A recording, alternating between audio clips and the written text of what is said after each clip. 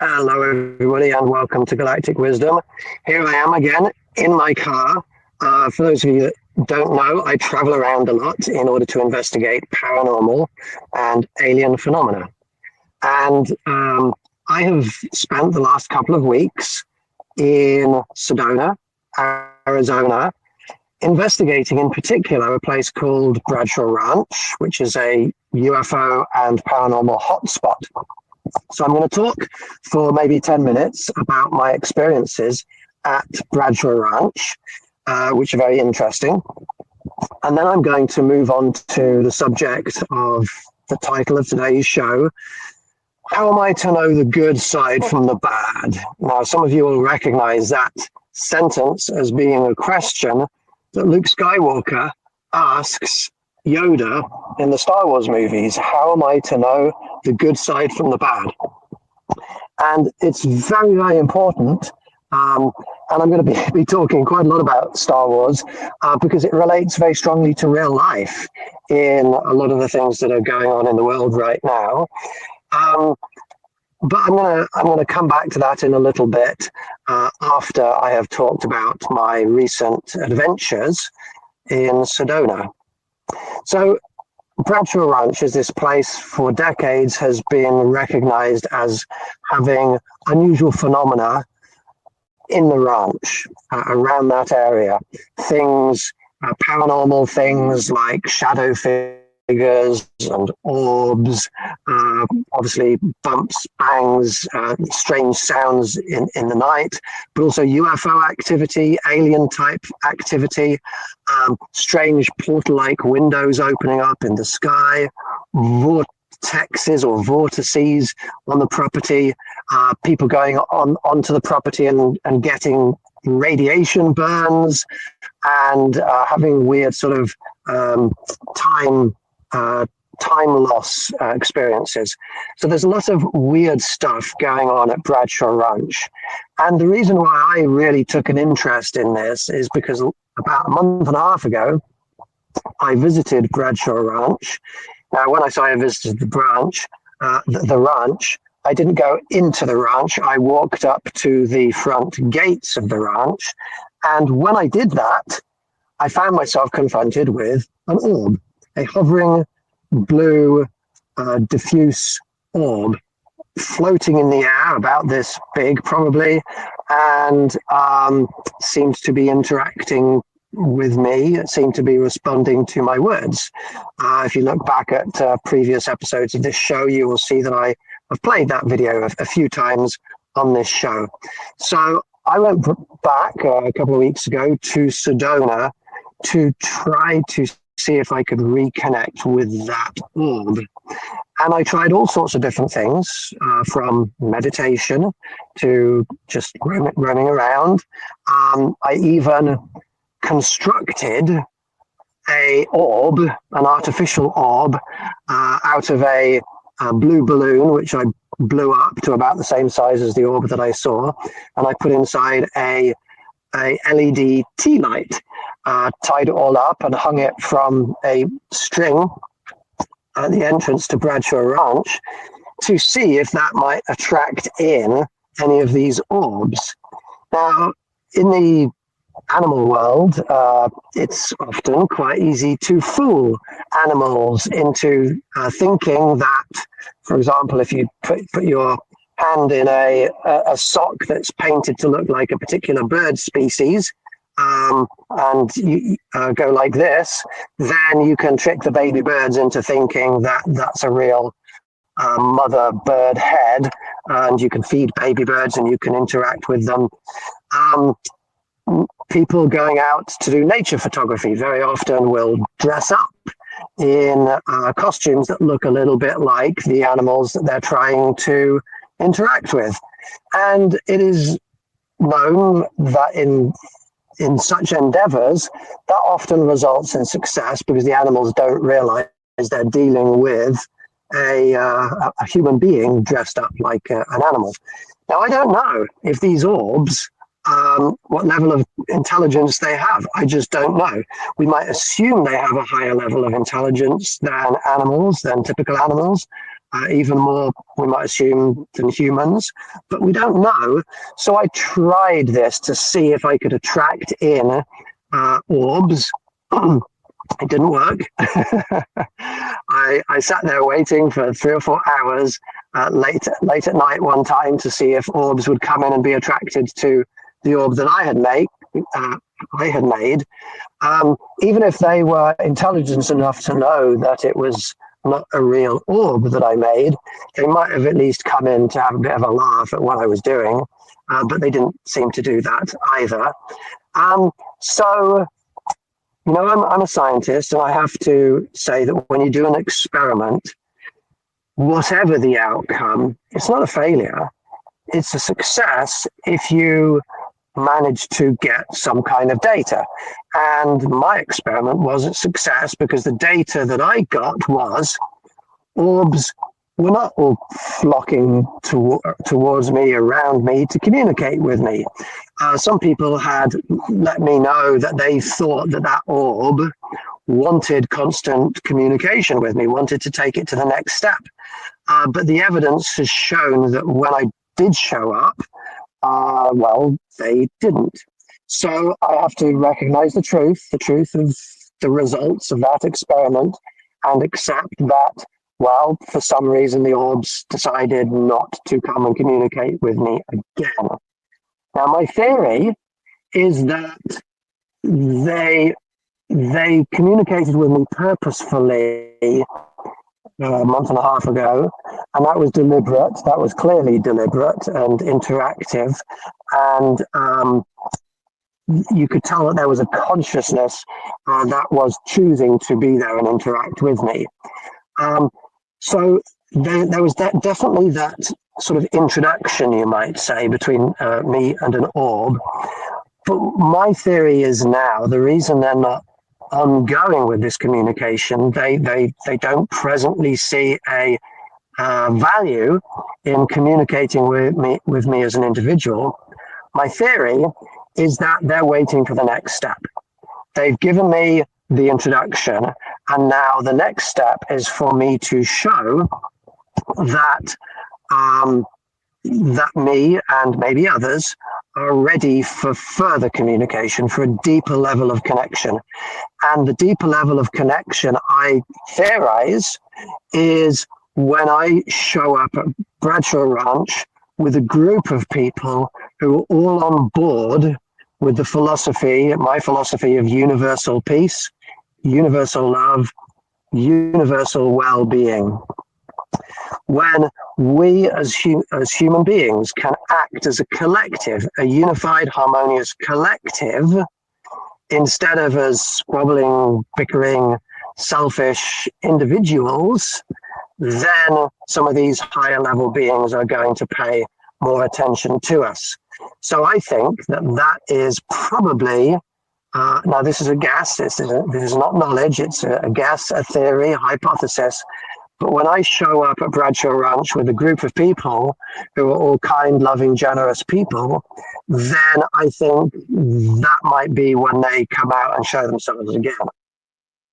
So in about 3 weeks, I'm going to lead an expedition, another expedition back out to Bradshaw Ranch, and I'm hoping that a few people will come with me. If you like the idea of being on that ambassadorial team, that is going to go to Bradshaw Ranch with me and sit there and meditate and demonstrate to the advanced non-human entities in that location that we are ascended enough to be peaceful, to peacefully connect with each other and be there in a unified, coordinated way, then please email me. My email address is Rupert contact guy at gmail.com. Rupert contact guy at gmail.com. Just send me an email and ask for the details, and I will send you the details when I've put them together. So that's going to be like a contact adventure, maybe a weekend in Sedona where we do other things, and we go to Bradshaw Ranch and try and connect with those beings. So what did I experience at Bradshaw Ranch that is of interest? I told you what I didn't experience. Now, what did I experience? Well, the first evening when I got there, I sat down and I meditated in front of this big metal gate. At one point, something banged on the gate really loudly. This is the middle of nowhere. There was nobody else that I could see there. And yet somebody banged on that gate and basically turned that gate into like a big wind chime or bell. It rang very loudly. And I don't know what that was. I was videoing at the time, and I haven't had a chance to look back at the video. Maybe I'll see some alien orb come in and bang into the gate. Maybe I'll see a Bigfoot come along and throw a stone at the gate. I don't know what I'm going to see, but that was very interesting because when I opened my eyes, I could not see anybody, anything. That's very probably, it was very probably a paranormal or an alien phenomenon. What else did I experience? When I was walking around that ranch late at night by myself, I had a flashlight in my hand, and this flashlight has different settings. You push the button, and it goes from bright to a bit dimmer, and then to flashing. My flashlight or my headlamp, it was a headlamp I was holding in my hand, without me touching the button, once when I was holding it and once when I wasn't holding it, it switched to the flashing mode for about 5 seconds and then turned back. That I find very odd because there was no pushing of the physical buttons to make that happen. So there was very likely some kind of electromagnetic interference. Maybe there was an entity there that was somehow manipulating the light. So that I found very interesting. There was a tall tower on Bradshaw Ranch with a windmill on it. You know, I'm not sure what the right terminology is. Like a windmill is something that spins, and there's a millstone underneath it, and it's called a mill and a millstone because it used to grind grain. That's what a millstone, a windmill used to be. I know Trump refers to wind turbines, which generate electricity, as windmills. They're not windmills. But I'm not sure what the one in Bradshaw Ranch would be, because I think it was a water pump, a wind pump, maybe? I don't know. But anyway, this big circular thing with blades on it was absolutely 100% still. There was no wind. And I walked up to it and I looked at it and I filmed it. And then as I stepped away from it, I heard creaks and groans behind me, and it was spinning. And I've been told by some researchers there that it does that, that it is, they feel it to be paranormal in nature, that it spins as some kind of a message to the people who are there. What that message is probably, we're here too. But that's what I experienced, and it was a bit creepy. I hosted a contact event with a small group of people on Bradshaw Ranch. We sat around in some chairs that were outside the main buildings, and while I was leading that contact meditation, there were several bumps and bangs and knocks coming from the buildings. And with me were one or two researchers that go there every weekend. And they said, that is very unusual. They hear occasional bangs, occasional knocks. But what they experienced with me was a definite response to me reaching out to any beings that were there peacefully during my contact meditation. So I came away from my visit to Bradshaw Ranch feeling pretty convinced that there were consciousnesses there. In fact, I could feel them at times. I have physiological symptoms, things like high-pitched tones, ringing tones in my ears when non-human entities come close to me. I can feel muscles starting to twitch due to anomalous electromagnetic presences. and I was definitely feeling the presence of non-human entities there.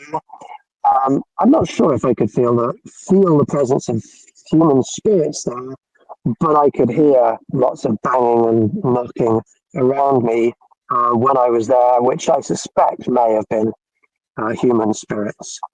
It was kind of cool to wander through the ranch and look inside the buildings. It's an old film set, actually. They used to film westerns out there, among other things. And I'm a bit of an Elvis fan, and one of Elvis's movies was filmed out there called Stay Away Joe. And I don't know if I've even ever watched that movie. I certainly can't remember it, but I'm going to have to check it out again now because Elvis went to Sedona and filmed the movie there. Um, what else did I experience out there? Now, there are claims that there is an underground military base there. And I do not know if there is or isn't, but I will tell you that Bradshaw Ranch is surrounded by mountains, and on one of the slopes of one of the mountains, even though there's no visible light there, through my infrared night vision camera, there is a very bright source of infrared light coming from one of those mountains. Now, I don't know if that's a secret underground base or somebody with somebody hunting in the mountains with an infrared illuminator so that they can shoot animals up there. I don't know what was going on there. A geologic hotspot, I do not know, but I found that interesting. And when I arrived there one night at about 10 p.m., I was hearing gunfire. I was hearing significant gunfire. It seemed it wasn't just a hunter shooting an animal, it was quite rapid gunfire. It seemed to be very muffled, but also very relatively close. If I were to guess what gunfire shooting practice, military shooting practice might sound like if they were doing it inside an underground base, that's probably what it would sound like. But I don't know, I'm speculating. What I will say is, I try not to judge people. I don't know all the facts. Most people don't know all the facts when they judge others, whether it's a person or a group that they're judging, an organization that they're judging. Knowing all the facts is kind of impossible unless you are that person or you are a member of that group.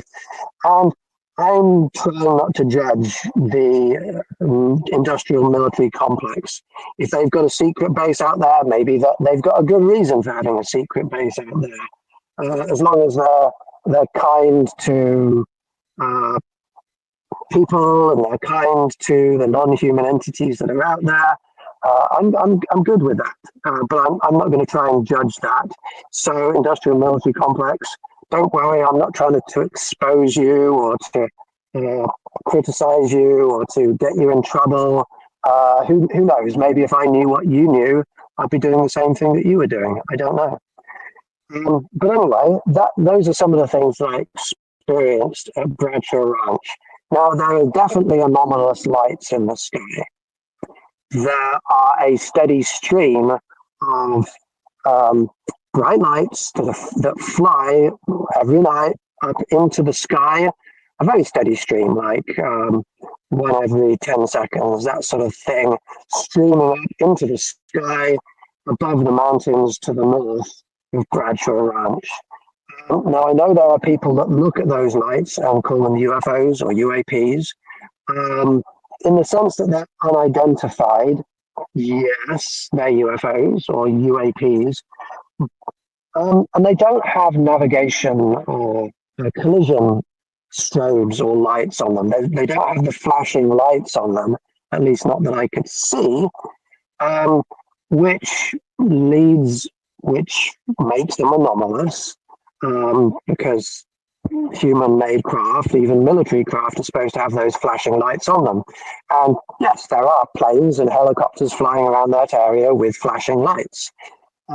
What's anomalous is the number of those craft that are out there or objects that are out there, and the fact that they don't seem to be conforming to human-made lighting systems, but they're not making sudden sharp right angle turns that defy our physics and things like that. They could be military craft that just don't have the right lights on them. So I'm not sure that I would call them. I can't conclude that they're alien tech, but they might be. They might be alien craft that are just moving slowly so that they don't appear to be alien. I don't know, but it's definitely interesting because there's not supposed to be any kind of military base out there in that area. So there are anomalous lights out there. Now, many people that I've talked to have seen real flying saucers and flying octagons and flying triangles and various different structured alien-looking craft out there in the skies. I just haven't seen that myself yet, so I've got to withhold judgment on that. Now, what I am doing by going out to places like Bradshaw Ranch, Area 51, Marfa to see the Marfa lights, Brown Mountain to see the Brown Mountain lights, Skinwalker Ranch, what I'm doing by myself going to those places is I am getting those experiences firsthand. I'm looking into the sky firsthand to see if the claims that people make have validity or not. And getting that personal experience is the only way that you can acquire personal knowledge. And knowledge is personal. So gaining personal experience is the only way that any individual can acquire knowledge. You can't know something to be true if somebody else tells it to you. And that's a mistake that a lot of people make. Even with science subjects, even with respected scientists, if they teach you something about, say, subatomic particles, you can't know that to be true unless you've experienced the same research experiments that the scientists have experienced. They might not be telling you the truth. So gaining personal experience by going to paranormal places or places that are UFO hotspots, that's the only way that you're going to gain knowledge about those phenomena. Now, people follow me, people watch my videos, people listen to my reports that I make about what I experience when I go to those places. And hopefully people learn in time that my reporting is quite reliable. But it's not, listening to me talk is not giving you knowledge. It's only giving you knowledge on what I am claiming to have experienced. So if any of you would like to come on any of these adventures with me, any of these expeditions to any of these UFO hotspots, send me a message, because I am going to be going to, this is what I do. I go to places like that. And the next time I go to Sedona, maybe you want to come with me. The next time I go to Area 51 or the mountains outside of Las Vegas, south of Area 51, where the tall whites live, or any of these places that I investigate. If you want to go to any of those, then email me, Rupert, contactguy@gmail.com, and I will send you details of how you can join me. So that's what I'm doing. And I'm going to say that in comparison to many UFO researchers and investigators who don't go and experience these things for themselves. They sit at home, or they sit in a library, or they sit by their computer, and they look up what other people have reported. Now, there's nothing wrong with that. In fact, that's good. To do any kind of research, to get any kind of information in, is good. And I'm not criticizing any UFO investigators or researchers for doing that. But I am taking it a step further. I am taking it to the level of personal experience and therefore knowledge, rather than data acquisition from other people. Um, and that is an important distinction, and I kind of want to point that out so that people can see the value of what I personally am doing here. Now, I do encounter in my travels other paranormal investigators, UFO researchers, um, and some of them do go out into the field and investigate. And when I was at Bradshaw Ranch, I did encounter two or three other researchers and investigators out there. And I'm not going to tell you their names. I prefer not to promote or demote anybody on my show. But what I will say is that their methodologies differ from each other, and they differ from mine. I was able to see how some of those researchers are in conflict with each other. They attack each other. I was able to see how there's even like legal disputes going on between them due to defamation of character and things like this. So it's a shame that humans who are trying to connect with these higher entities are drawn into what is lower levels of interaction with each other. I did see one of the researchers attempting to communicate or connect with Bigfoot by throwing large rocks into the forest as a provocation, hoping to get rocks thrown back at them, which had happened to them once before. And I was actually standing relatively close to that researcher when I heard a large thud, and a couple of yards from us, a large rock had been hurled through the air and landed in the mud close to us.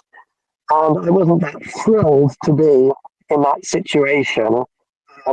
Throwing rocks at anybody is not something that I personally am okay with. And being around somebody that's doing that didn't make me feel comfortable. But I did go back the next day, the next night, and apologize to the Bigfoot's feet. And I didn't have any rocks hurled at me, thankfully. And I came out unscathed. Well, apart from some mosquito bites. But, you can watch some documentaries out there in the world of UFOs and the paranormal and see that in some situations, these UFO researchers, investigators feel that the end justifies the means. They will fire flamethrowers into the sky to try and communicate with the beings that they think are in the sky. They will fire rockets and launch explosives and hurl abuse and be very negative at entities that are out there in order to get a response. Personally, I would prefer to live in harmony with them without receiving a response than to live in conflict with them and have proof of their existence. That's just my personal judgment on that. And so this personal judgment about morality leads us to the title of today's show. How am I to know the good side from the bad? What's to say that my way of trying to interact with non-human entities is any different, is any better than the methodologies that other researchers use? If I were to ask you the question, is it possible for any people to do bad things thinking that they're actually doing good things? I suspect that some of you, probably most of you, if not all of you, would say, yes, that's possible. Sometimes people do what they think is a good thing, but actually it's a bad thing. I could ask the question, do you think that any individuals out there in the world ever do something that is wrong, morally wrong, but with the impression that what they're doing is morally right? And I suspect that most people, if not all of the people listening to this show, would say, well, yeah, a lot of people uh, think that what they're doing is right when actually what they're doing is wrong. I can ask the question, do you think ever anybody who is a bad person is seen by others as being a good person? And I suspect that a lot of people out there would think, yes, that happens, that's possible. And in contrast to that, do you think there's any, let's see which way around, any good people out there who other people misjudge to be bad people?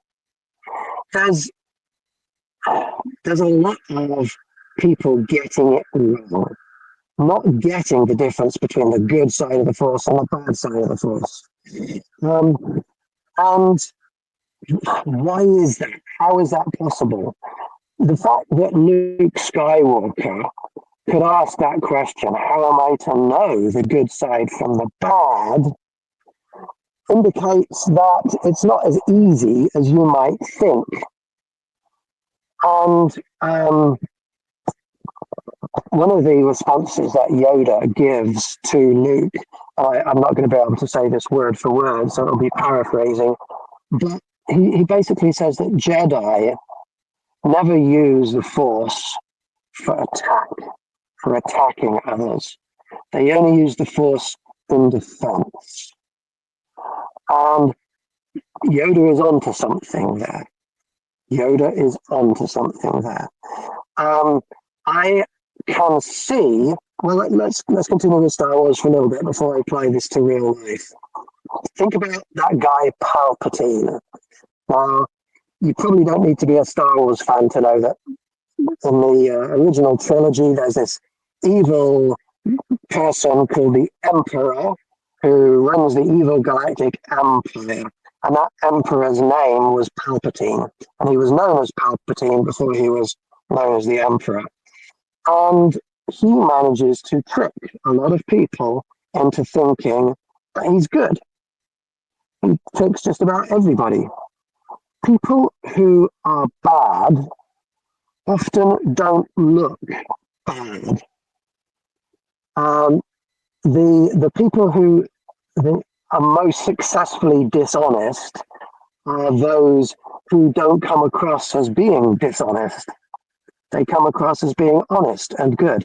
And Palpatine was very good at convincing others that he was on the side of good. And even though his policies became more and more violent, more and more hostile, he manipulated people into thinking that he was good, such that he was voted into power as an emperor.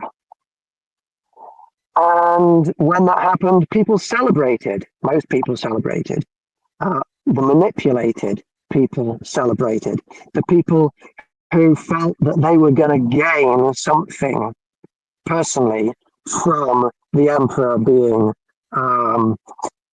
crowned or made the emperor, they celebrated. But there were some perceptive individuals who could see that this guy, not everything is right, not everything is good with Palpatine. And so the emperor was voted into power. And that might just be to many people, well, that's just a story. But then if you look at real life and you look around the world at different leaders and how many populations of people in many different countries are voted into power and continue to give support to dictators, and people who are bad. I'm not sure that evil applies to all of them, but people who do bad things to others, who are generally seen often by people with perspective as being bad. That happens. How is it? Um, I'm not gonna tell you which side I'm on here, but I'm just going to say it because U.S. politics is so controversial. But half of the people in the US, approximately, feel that President Trump is a wonderful, good person with good policies that are good for the US and good for the world. And the other half feel that he's the opposite, that he's a bad person with bad policies that are bad for the US. And you've got this great divide. And I don't need to tell you which side of that divide I'm on for all of us to see that there's something very odd going on about why the country is so split. How can half of the people perceive reality one way and half of the country perceive reality the other way? Could it be that, hypothetically, one side is less intelligent than the other side? Well, that doesn't really work. It doesn't really work because there's a geographic distribution to how people vote. Okay, so could it be that the people in certain states are less intelligent than others? No, that doesn't really work. Humans are humans. Okay, so what's happening in some states compared with other states? Why is one state predominantly voting one way while another state is predominantly voting the other way? And the same can be true of countries around the world in how they vote. It can also be true of how people's religious beliefs, why people in one state or one country follow one religion, where people in another country or another state follow another religion. Well, it's not intelligence. It is the exposure that people have to information or disinformation. And in some countries, in some states, people are exposed to certain religions, certain political viewpoints, and in other states, they're exposed to different political viewpoints, different religious viewpoints. And what we end up having to deduce from all of this, if we think about it logically, is not that people in one state are bad or less intelligent. It's not that they're inherently less moral. It's that they are susceptible to accepting as being true that which they're exposed to. And that is really important for humans to note, because whatever state you're in and whatever country you're in, you're the same species. You're the same species. And how can you know that you're right and they're wrong? How can you know that? It's very, very hard for us to be able to truly determine the good side from the bad if we only rely on the information that we're given that's given to us from others. What we have to do is, well, there's lots of different levels to this. I'm going to start off by telling you what's the safest thing you can do. What's the safest thing you can do? When it comes to doing right or doing wrong, when it comes to how can you know the good side from the bad, you have to not trust or believe or accept as being true anything that anybody else says. Because you can't. It's an intellectual impossibility to know that what somebody else is telling you is correct. unless they're prepared to go through the math with you, like y is 2 plus 2 equal to 4. Well, they can prove the math to you, you can understand the logic of it, then you can get it. But if somebody says to you, hey, I know this person called Katie, and she did this bad thing, you can't know that that's true, even if it's a news station telling you that. Now, the only way to acquire knowledge, to know something, is to experience it for yourself. So if you're trying to make moral decisions based on what other people are telling you they've experienced, you can't. You cannot do that with validity. If somebody walks over to you and hits you over the head with a stick, well, you were there. You experienced it. You experienced it yourself, so it's knowledge to you, so you know that that person did something bad, okay? Because you had the bad happen to you, so you know it. And if you saw that person coming at you with a stick and swinging it at you, you would then be justified by swinging a stick at them and hitting them before their stick hit you. But that's self-defense, and that's what Jedi do, self-defense. And but what Jedi don't do is when somebody tells you, hey, Katie did something bad, and I think she's going to do something bad again, what Jedi don't do is go over to Katie and take their stick or their lightsaber and swing it at Katie, because you might have just been manipulated. So in the third episode of Star Wars, if you know Star Wars, there's this young man called Anakin Skywalker, and Palpatine, the guy who turns into the evil emperor, well, Palpatine befriends Luke Skywalker. Not Luke Skywalker, Anakin Skywalker. He befriends Anakin Skywalker, and he manipulates him. They become friends, and when it comes time for the good guys, for the Jedi, when they realize that that Palpatine is the bad guy, and they go and try and arrest him, Anakin Skywalker is torn, and he feels that that his friend is going to be attacked there, and he defends his friend by killing one of the Jedi. Anakin is manipulated into doing something very bad, killing one of the Jedi, by darknesses, by dark forces, by Palpatine, by the Emperor. And this manipulation that happens, this can happen to any of us.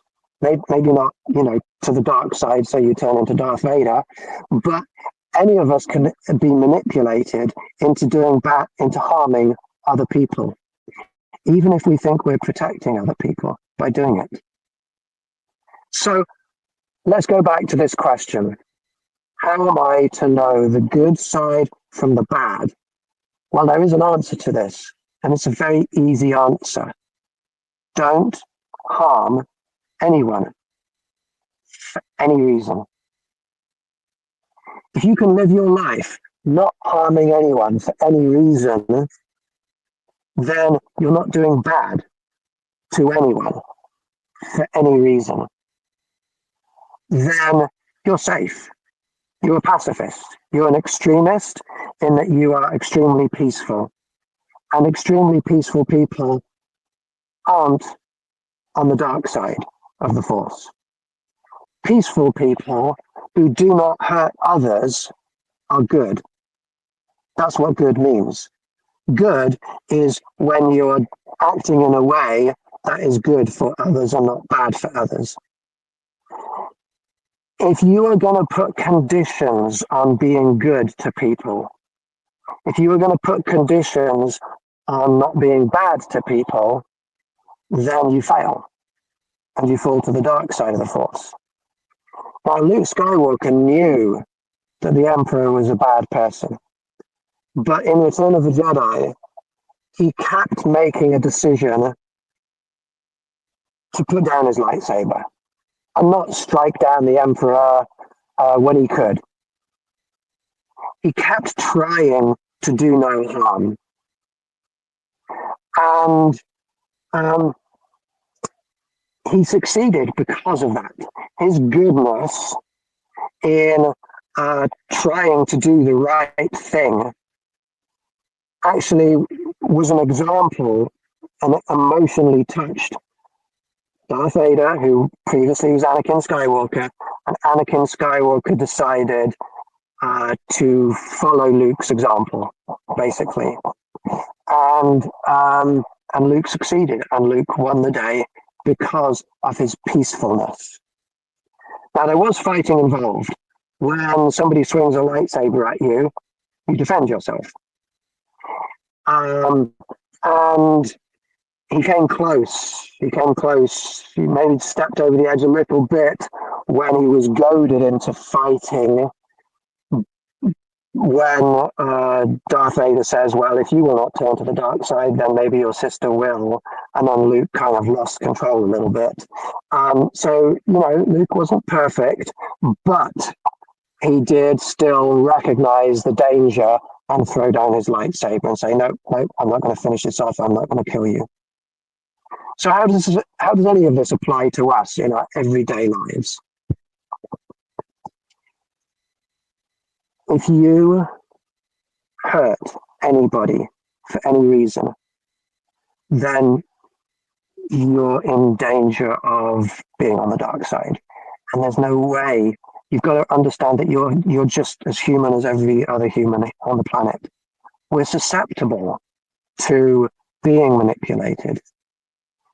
It's not even like purposeful manipulation. We're susceptible to going with the flow of what other people think is true. We're susceptible to going with the flow even when it hurts others. So don't harm others. Just don't do it. And if somebody comes to you and says, hey, Katie over there did something bad, don't accept it as being true. And if you do accept it as being true, don't fall to the dark side by going and hurting Katie. That's like a punishment anyway. And philosophically, punishment, that's not the way to go. If you respond violently to people who are violent to you, you're just going to end up in this cycle of violence, and that's what is happening all around the world. The only way for you to be on the right side of the force, the light side of the force, is don't harm anybody.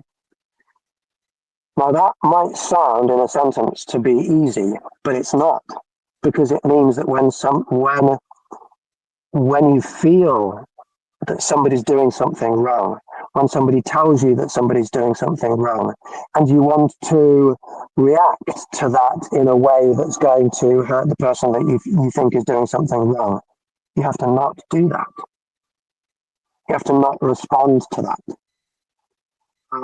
That's the only safe way to go, because when you start responding to it, you are causing harm to others. You're not being peaceful, and you might be being manipulated. You might be going the wrong way.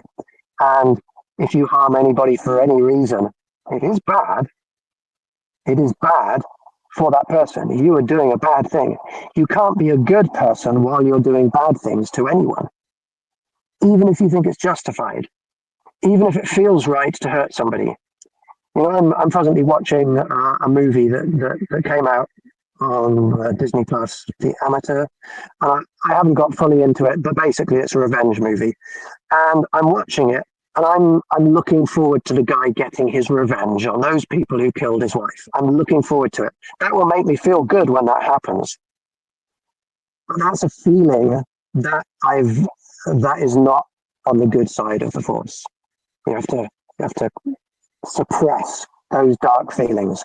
Don't hurt people for any reason, apart from if you're defending yourself in immediate self-defense. That's the only thing that works. I'm a karate instructor, and I've had people try and attack me and attack people I've been with, and I've blocked those attacks.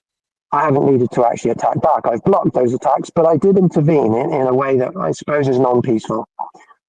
That's justified because you might be substituting one violent act for another, but if you can stop somebody from harming others, that from harming you, it might stop them from harming others too.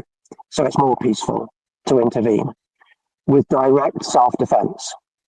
But if somebody tells you, hey, this person is out there and needs to be stopped because he's hurting people,